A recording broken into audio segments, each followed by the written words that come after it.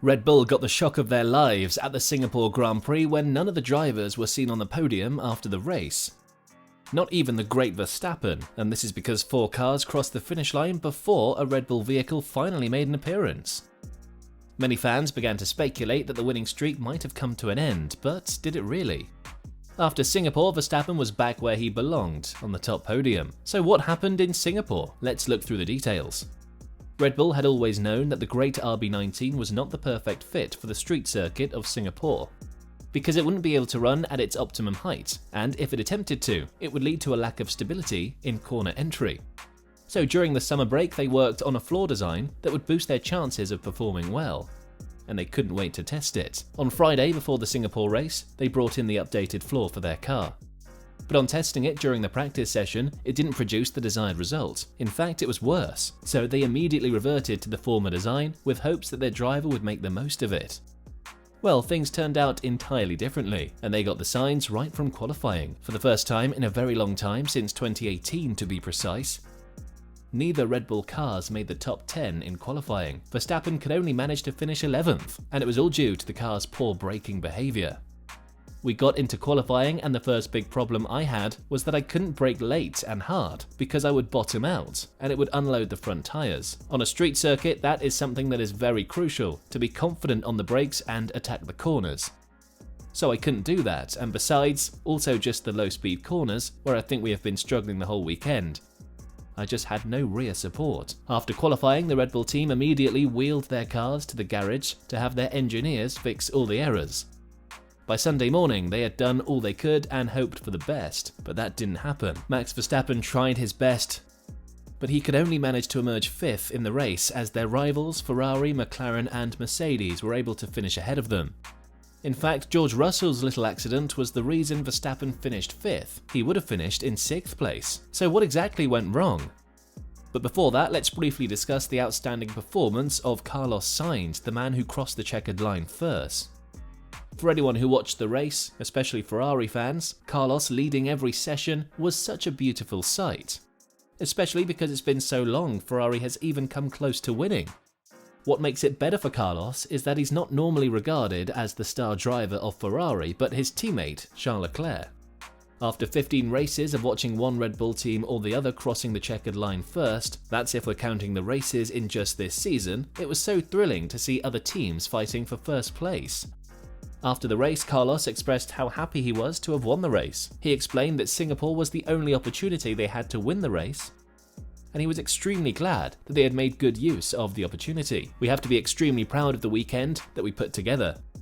We've had one opportunity to win the race, which was here in Singapore, and we nailed it. We didn't put a foot wrong all weekend, and yeah, there were a lot of moments out there where we were a bit under pressure, and we kept it calm. We kept our plan, our strategy. However, one man's joy was another man's pain, because a remarkable moment for Carlos left George Russell of Mercedes very heartbroken. The Mercedes driver was well on his way to snatching away the second position from Lando Norris and fighting Carlos for the first position, where he aggressively rushed into turn 10 and crashed into the barrier on the outside, and that was the end of his attempt to finish among the top 3. Nonetheless, the driver revealed that he was proud that he had gone down fighting and was quite thrilled that he and his teammate had one of the fastest cars on the grid. So back to what went wrong with Red Bull. After the race, everyone became Sherlock Holmes trying to figure out what went wrong, because the decline in performance clearly had nothing to do with the skills of the drivers. Some speculated that it was as a result of the circuit layout, but some self-acclaimed experts in Formula 1 revealed that it was due to the new clarifications the FIA announced pertaining to the TD018 rules.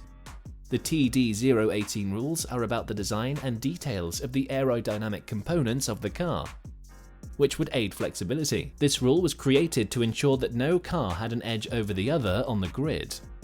But teams like Ferrari and Red Bull were able to spin the rules to their advantage and made their cars a little more flexible. Although the FIA soon discovered that of Ferrari and quickly ordered them to make the necessary adjustment, but nothing was said about that of Red Bull. However, just before the Singapore GP, they made some adjustments to the rule, saying they noticed a little bit too much freedom being applied to the design details of aerodynamic components.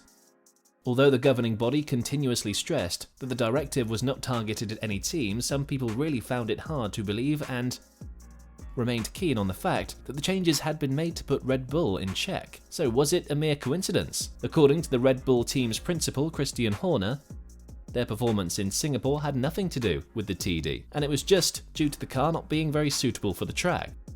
It's all just engineering stuff. There's no silver bullet in this business. I know all of you would love to blame the TD, but unfortunately we can't even blame that because it has not changed a single component of our car. So I think circuit characteristics are different here, and we haven't optimized the car in the right window to extract the most. It's known for a fact that the only thing the Red Bull team introduced at Singapore was the floor upgrade they could no longer use.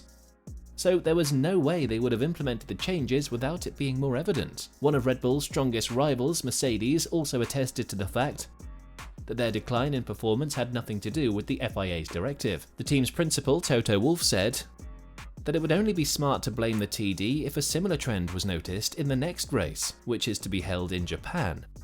And it could easily be a one-off, unexplainable, shitty performance. It's so difficult to say. We have one set of data now in Singapore, and then we go to a totally different track where that plays a role. Let's wait. We've seen those one-off bad races with Mercedes in the past, and that's why I'd rather concentrate on us than figure out if that could have had an effect. That was a smart move by the Mercedes team, because if they had dwelled on the fact that Red Bull did poorly in Singapore, they wouldn't have seen Verstappen coming.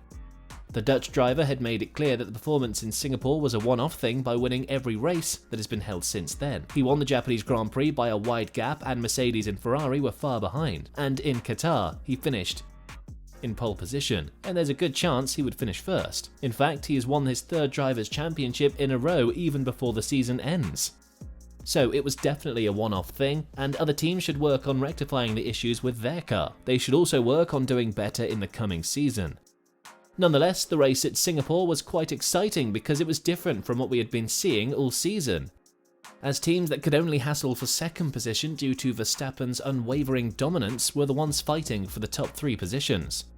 The new rules made by the FIA are to return the sport to the glory days when one couldn't predict who would win the race. So far, it's not working, but hopefully rival teams would make the necessary adjustments in time. So what do you think? Kindly share your thoughts in the comment section. Don't forget to like and subscribe. See you in the next video.